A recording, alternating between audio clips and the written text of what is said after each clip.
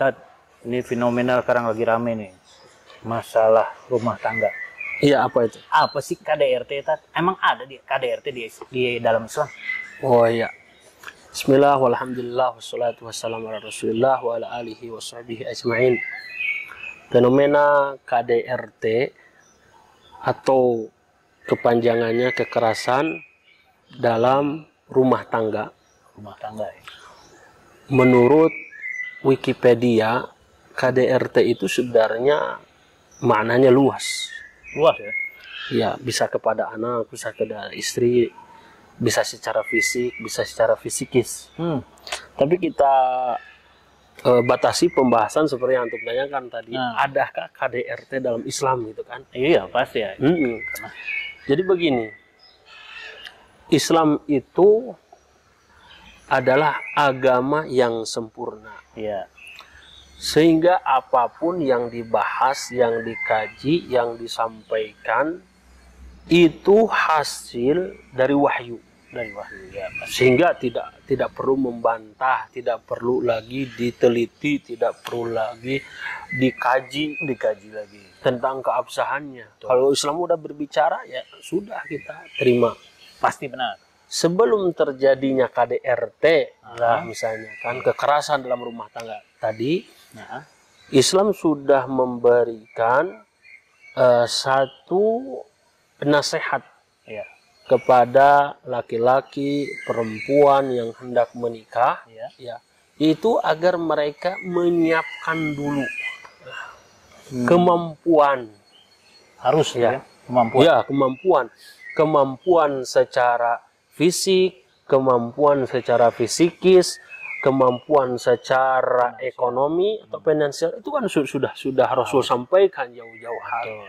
Di mana Rasul mengatakan, ya ma'syarasy syabab, wahai para pemuda, man istata'a minkumul ba'ah falyatazawwaj. Wahai para pemuda, siapa di antara kalian yang memiliki kemampuan, dari si al-ba'ah kemampuan, falyatazawwaj, maka hendaknya dia menikah. Artinya di sini al-ba'ah, di sini kata para ulama maknanya tadi bisa kemampuan secara fisik, fisikis, secara finansial.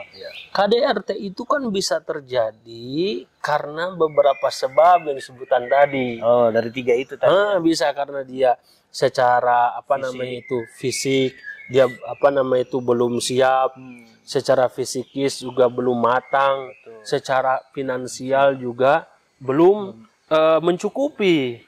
Artinya terjadi KDRT itu banyak faktor, tapi Islam sebelum masuk ke ranah rumah tangga harusnya sudah siapkan dulu. Makanya Rasul mengatakan itu ya. Lalu bagaimana pandangan Islam tentang KDRT tadi? Nah, itu tuh yang anak tanya. Sebenarnya Islam itu tadi ada tahapan-tahapan yang harus ditempuh. Kapan sebenarnya si suami boleh memukul ke istri? Nah, itu. Kan? Yang kedua, pelanggaran apa yang mengharuskan si suami memukul istri? Nah, itu. Kemudian yang ketiganya, pukulan seperti apa yang dilakukan suami kepada istrinya? Yang keempat yang lebih penting, apakah setiap kesalahan, kekeliruan itu langsung dipukul atau ada tahapannya? Emang boleh di dalam Islam boleh kita memukul istri? Nah, itu tadi. Sampai kepada tahap pukulan itu ada tahapan-tahapan yang harus ditempuh. Punya tahapan. Maka Allah Ta'ala mengatakan dalam Al-Quran, wallati takhafu nusuzahunna. Dan istri-istri kalian yang kalian khawatirkan melakukan nusuz. Ini berarti nusuz yang membolehkan secara agama suami bertindak sesuai tahapannya. Ada tahapan. Nah, kita mulai dari nusuz. Apa itu nusuz? Kata para ulama, simpelnya, ulama Hanabilah, kemudian Syafi'iyah, Malikiyah dalam Mausu'ah Al-Fiqhiyah Kuwaitiyah menyebutkan di sana, nusuz secara sederhananya manakala sang istri meninggalkan kewajiban-kewajibannya terhadap suami. Kewajiban itu ya. Meninggalkan kewajiban terhadap suami. Aja, ya. Nah, di sini lantas tidak langsung kemudian ketika dia meninggalkan kewajiban sebagai istri, Iya. ya, tidak langsung dipukul. Oh. Ada 3 tahapan. 3 apa? Tam? 3 tahapan. Tahapan yang pertama, kata Allah Tabaraka wa Ta'ala, wa'iduhunna. Kasih nasihat. Nasihat. Kasih nasihat dulu. Kenapa tidak menjalankan, memerintahkan, saya memerintahkan tidak dilaksanakan. Ini dikasih nasihat. Bahkan Rasul mengatakan, istausu bin nisa'i khairan. Itu baik. Perbanyaklah nasihat terhadap wanita. Karena wanita itu sesolehah apapun wanita bengkok. Apanya tuh tat yang bengkok? Ya? Tulangnya kan. Iya, wanita itu bengkok itu dalam segi sifatnya tidak sempurna. Betul, iya. Secara agamanya dia lemah Iya. karena ada haid. Iya, betul. Ya kan? Perasaan lebih dia dahulukan. Iya. Karena itu wa'iduhunna. Tahapan yang pertama ngasih nasihat. Sehat yang paling penting. Jadi suami harus bawa kepada istri terkait nasihat-nasihat. Kalau seandainya nasihat udah dikasih, masih juga Masih Tat? melakukan Gimana, itu, Tat? lakukan tahap yang kedua. Kedua. Wahjuruhunna fil madhaji'. Yaitu untuk dihajar. Hajar bukan hajar ya. Bukan hajar. Dihajar Hajar. itu artinya kita meninggalkan, Iya. nyuekin istri lah bahasa sekarang. Diacuhin. Diacuhin. Ah, Tapi Allah mengatakan fil madhaji'. bimadoji. Fil madhaji itu hanya di tempat tidur saja. Nggak boleh lebih. Artinya kalau keluar rumah Seperti biasa. nggak boleh menghajar seperti istri. biasa. Ada undangan, ada pengajian, Tetap kunjungan ke orang tua, itu tidak dicuekin barang-barang lagi. Dan kalau perlu nggak perlu diperlihatkan. Tidak perlu diperlihatkan karena menghajar, nyuekin tadi hanya di rumah saja. Dan itu pun lingkupnya cuma kamar Rumah. aja. Di kamar. Di kamar. Tempat tidur. Apalagi kalau punya anak jangan memperlihatkan. Ah, iya, benar. Itu sob terapi aja kepada istri melakukan kesalahan. Masya Allah, Masya Allah. Kalau cara ini tidak juga, Gimana tuh? Yang ketiga? baru yang ketiga, Gimana tuh? wadribuhunna, pukul. Tapi bukan di smackdown, bukan di apa ini, namanya itu, ini. seolah-olah seperti bertarung laki-laki sama perempuan. Aduh, luar biasa ya Tat. Gimana tuh Tat? Gimana Tat? Ad-darab di sini li ta'dib. Untuk memberikan nasihat, untuk mendidik. Dididik ya, bukan Oh, dibikin kapok. Bukan dorban mubarrah yang meninggalkan bekas. Bukan. Nggak boleh. Bahkan para ulama di antara contoh memukul itu yaitu memukul dengan siwak. Ini nggak berasa dong Tat. Dengan siwak, bukan pohon siwak. Dengan siwak dia nggak berasa.